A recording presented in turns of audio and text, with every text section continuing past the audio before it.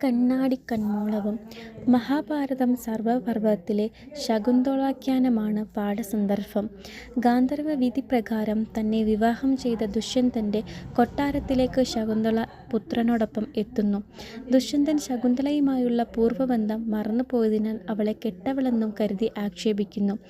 ആത്മാഭിമാനത്തിന് മുറിവേറ്റ ശകുന്തള തൻ്റെ വ്യക്തിത്വം നിലനിർത്താൻ നടത്തുന്ന ശ്രമമാണ് കാവ്യഭാഗത്തുള്ളത്. ശകുന്തളയോടുള്ള ദുഷ്യന്തൻ്റെ ശകാരവാക്കുകളോടെയാണ് ഈ പാഠഭാഗം ആരംഭിക്കുന്നത്.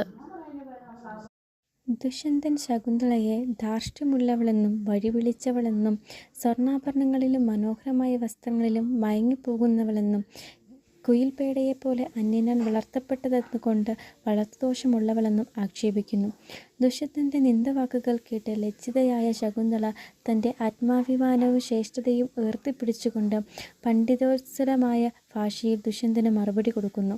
അന്യരുടെ കടുകുമണി പോലെയുള്ള ദോഷങ്ങൾ പോലും കണ്ടെത്തുന്ന ദുഷ്യന്തൻ തൻ്റെ വലിയ ദോഷങ്ങൾ തിരിച്ചറിയുന്നില്ലെന്നും കേവലം ഭൂമിയിൽ മാത്രം സഞ്ചരിക്കാൻ കഴിയുന്ന ദുഷ്യന്തൻ്റെ ജന്മത്തേക്കാൾ ശ്രേഷ്ഠമാണ് ഭൂമിയിലും ആകാശത്തും ഒരുപോലെ സഞ്ചരിക്കാൻ സാധിക്കുന്ന തൻ്റെ ജന്മമെന്നും ശകുന്തള പറയുന്നു.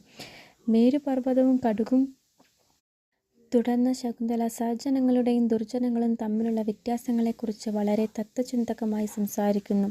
സ്വന്തം വൈദൂര്യം തിരിച്ചറിയാത്ത ദുർജനം എപ്പോഴും മറ്റുള്ളവരുടെ കുറ്റങ്ങൾ പറഞ്ഞു നടക്കുകയും സ്വന്തം കുറ്റങ്ങൾ തിരിച്ചറിയുകയുമില്ലെന്നും സജ്ജനങ്ങൾ മറ്റുള്ളവരുടെ കുറ്റങ്ങൾ കണ്ടെത്തി നിന്ദിക്കുകയില്ലെന്നും ശകുന്തള പറയുന്നു.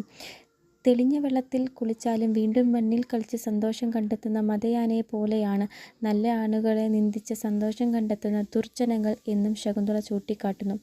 ഇത്തരം സത്യധർമ്മങ്ങൾ വെടിഞ്ഞ പുരുഷനെ ക്രൂരനായ സർപ്പത്തേക്കാൾ പേടിക്കണമെന്നും അറിവില്ലായ്മയാണ് അവനോട് പണ്ഡിതന്മാർ ശുഭാശുഭകാര്യങ്ങൾ പറഞ്ഞാൽ അതിൽ നിന്ന് അശുഭം മാത്രമേ അവൻ ഗ്രഹിക്കുകയുള്ളൂ എന്നും പാലും വെള്ളവും കലർത്തി നൽകിയാൽ അതിൽ നിന്ന് അരയണം പാൽ മാത്രം വേർതിരിച്ച് കുടിക്കുന്നത് പോലെ മനസ്സിൽ നന്മയുള്ളവർ നല്ല കാര്യങ്ങൾ പെട്ടെന്ന് ഗ്രഹിക്കും എന്ന് ശകുന്തള ദുഷ്യന്തനോട് പറയുന്നു. സ്ത്രീത്വത്തെ അപമാനിച്ച ദുഷ്യന്തനോട് ശകുന്തള ഇപ്രകാരം പറയുന്ന സമയത്ത് ആകാശത്തു നിന്ന് അശരീരി ഉണ്ടാകുകയും ദേവസ്ത്രീമാത ശകുന്തളയെ സ്വന്തം പുത്രനെയും സ്വീകരിക്കാൻ ദുഷ്യന്തനോട് ആവശ്യപ്പെടുകയും ചെയ്യുന്നു. രാജ്യഭരണം വൈകാതെ മകനെ ഏൽപ്പിക്കണമെന്നും മകൻ ഭരതൻ എന്ന പേരിൽ തൻ്റെ കൊട്ടാരത്തിൽ എത്തിച്ചെന്ന ശകുന്തളയെ ദുഷ്യന്തൻ എപ്രകാരമാണ് ആക്ഷേപിക്കുന്നത്. സ്ത്രീകളെ മൊത്തം ആക്ഷേപിക്കുന്ന വാക്കുകളാണ് ശകുന്തള ദുഷ്യന്തനിൽ നിന്ന് നേരിടേണ്ടി വരുന്നത്. സ്ത്രീകൾ പൊതുവെ ഇല്ലാത്ത വലിപ്പം ഭാവിക്കുന്ന അഹങ്കാരികളെന്നും ശകുന്തള അത്രക്കാരിയാണെന്നും ദുഷ്യന്തൻ ആരോപിക്കുന്നു. വഴിപിഴച്ചവളായ ശകുന്തള കുലസ്ത്രീ എന്ന് നടക്കുന്നവളാണെന്നും ദുഷ്യന്തൻ കുറ്റപ്പെടുത്തുന്നു. സ്വർണ്ണാഭരണങ്ങളിലും മനോഹരമായ വസ്ത്രങ്ങളിലും മയങ്ങിപ്പോകുന്നവളെന്നും അവളെ കുറ്റപ്പെടുത്തുന്നു. കൊട്ടാരത്തിൽ കളവ് പറഞ്ഞ് എത്തിച്ചേർന്നത് ദുഷ്യന്തനെ ആക്ഷേപിക്കുന്നു.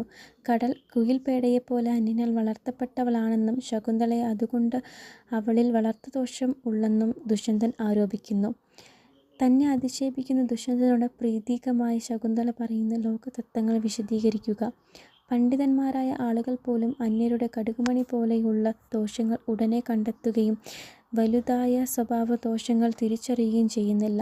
സ്വന്തം മുഖം കണ്ണാടിയിൽ കാണുന്നതുവരെ അത് ഭംഗിയുള്ളതാണെന്ന് വിചാരിക്കുന്ന വിരൂപന്മാർ സ്വന്തം കുറ്റങ്ങൾ തിരിച്ചറിയാതെ മറ്റുള്ള കുറ്റങ്ങൾ പറഞ്ഞു നടക്കും.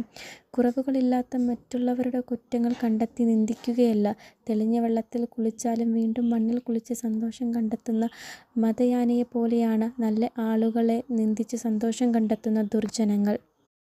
സത്യധർമ്മങ്ങൾ വെടിഞ്ഞ പുരുഷനെ കഠിനമായ സർപ്പത്തേക്കാൾ പേടിക്കണമെന്നും അറിവില്ലാത്തവനോട് പണ്ഡിതന്മാർ ശുഭാശുഭകാര്യങ്ങൾ പറഞ്ഞാൽ അതിൽ നിന്ന് അശുഭം മാത്രം അവൻ ഗ്രഹിക്കുകയുള്ളൂ. പാലും വെള്ളവും കലർത്തി നൽകിയാൽ അതിൽ നിന്ന് അരയണ്ണം പാൽ മാത്രം കുടിക്കുന്നത് പോലെ മനസ്സിൽ നന്മയുള്ളവർ നല്ല കാര്യങ്ങൾ മാത്രം പെട്ടെന്ന് ഗ്രഹിക്കുന്നു. ദൈവദശകത്തെ മറ്റു പ്രാർത്ഥനകളിൽ നിന്നും വ്യത്യസ്തമാകുന്ന ഘടകങ്ങൾ എന്തെല്ലാം? വിശ്വപ്രാർത്ഥനയുടെ തലത്തിലേക്ക് ഉയർത്തപ്പെട്ട ശ്രീനാരായണ ഗുരുവിൻ്റെ കൃതിയാണ് ദൈവദശകം. ശ്രീനാരായണ ഗുരുവിൻ്റെ ദർശനങ്ങൾ എല്ലാം ഉൾക്കൊള്ളുന്ന താരതമ്യ ലളിതമായ ഭാഷയിൽ രചിക്കപ്പെട്ട ഒരു കൃതിയാണ് ദൈവദശകം. ഏതെങ്കിലും ഒരു പ്രത്യേക മതവിഭാഗത്തിൽ ദൈവത്തെ വിളിച്ചുകൊണ്ടുള്ള പ്രാർത്ഥനാ രീതിയല്ല ദൈവദശകത്തിനുള്ളത്. മുഴുവൻ ലോകത്തെയും ഒരുമിച്ച് അഭയം തേടാവുന്ന ഒരൊറ്റ ദൈവം ആണ് ഇവിടെയുള്ളത് എന്ന ചിന്തയിലൂടെ ഒരു ജാതി, ഒരു മതം, ഒരു ദൈവം മനുഷ്യന് എന്ന ഗുരുവിൻ്റെ മഹദ്ദർശനം ഊട്ടിയുറപ്പിക്കുന്ന കൃതിയാണിത്.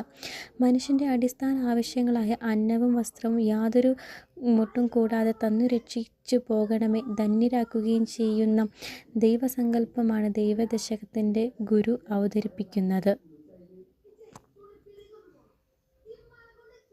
നിന്നുടെ ജന്മത്തേക്കാൾ ശ്രേഷ്ഠമാണ് ഉന്നിയുടെ ജന്മം എന്ന് ശകുന്തള പറയാനിടയായ സാഹചര്യം വിശദീകരിക്കുക.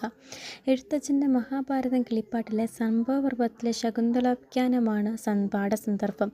ഗാന്ധർവ വിധിപ്രകാരം തന്നെ വിവാഹം ചെയ്ത ദുഷ്യന്തൻ്റെ കൊട്ടാരത്തിലേക്ക് ശകുന്തള പുത്രനോടൊപ്പം എത്തിച്ചേരുന്നു. ദുഷ്യന്തൻ ശകുന്തളയുമായുള്ള പൂർവ്വബന്ധം മറന്നുപോയതിനാൽ പുരുഷവാക്കുകൾ പറഞ്ഞ് ആക്ഷേപിക്കുന്നു. അമ്മയായ മേനക ഉപേക്ഷിച്ചതിനാൽ അന്യരാ ശകുന്തളയെ വളർത്തിയതെന്നും അതുകൊണ്ട് തന്നെ ശകുന്തളയ്ക്ക് വളർത്തുദോഷമുണ്ട് എന്നും കാക്കക്കൂട്ടിൽ വളർന്ന കുയിലിനെ പോലെ പരഭൂതയാണ് അന്യനാൽ വളർത്തപ്പെട്ടവളാണ് ശകുന്തളയെന്നും ദുഷ്യന്തൻ ആരോപിക്കുന്നു. ഇങ്ങനെ അപമാനിതയായ ശകുന്തള തൻ്റെ ആത്മാഭിമാനം വീണ്ടെടുത്ത് തൻ്റെ ശ്രേഷ്ഠത ദുഷ്യന്തന് മുന്നിൽ ഉയർത്തിക്കാട്ടുന്നു. രാജാക്കന്മാർ പോലും ആദരിക്കുകയും ബഹുമാനിക്കുകയും ചെയ്യുന്ന രാജർഷി വിശ്വാമിത്ര മഹർഷിയുടെ ദേവലോക സദസ്സിലെ അപ്സരസുന്ദരിയായ മേനകയുടെ മകളാണ് താൻ. അതുകൊണ്ട് തന്നെ ഈ രണ്ടു പേരുടെയും സിദ്ധിക്ക് തനിക്ക് ലഭിച്ചിട്ടുണ്ട്. ദുഷ്യന്തൻ ഭൂമിയിൽ മാത്രം സഞ്ചരിക്കാൻ കഴിയുന്ന രാജാവാണ്. എന്നാൽ ഭൂമിയിലും ആകാശത്തിലും ഒരുപോലെ സഞ്ചരിക്കാൻ കഴിയുന്ന രണ്ട് ലോകത്തിലും സമ്മതമുള്ളവളാണ് താൻ. അതിനാൽ ദുഷ്യന്തൻ്റെ ജന്മത്തേക്കാൾ ശ്രേഷ്ഠം തൻ്റെ ജന്മമാണെന്ന് ശകുന്തള സമർത്ഥിക്കുന്നു.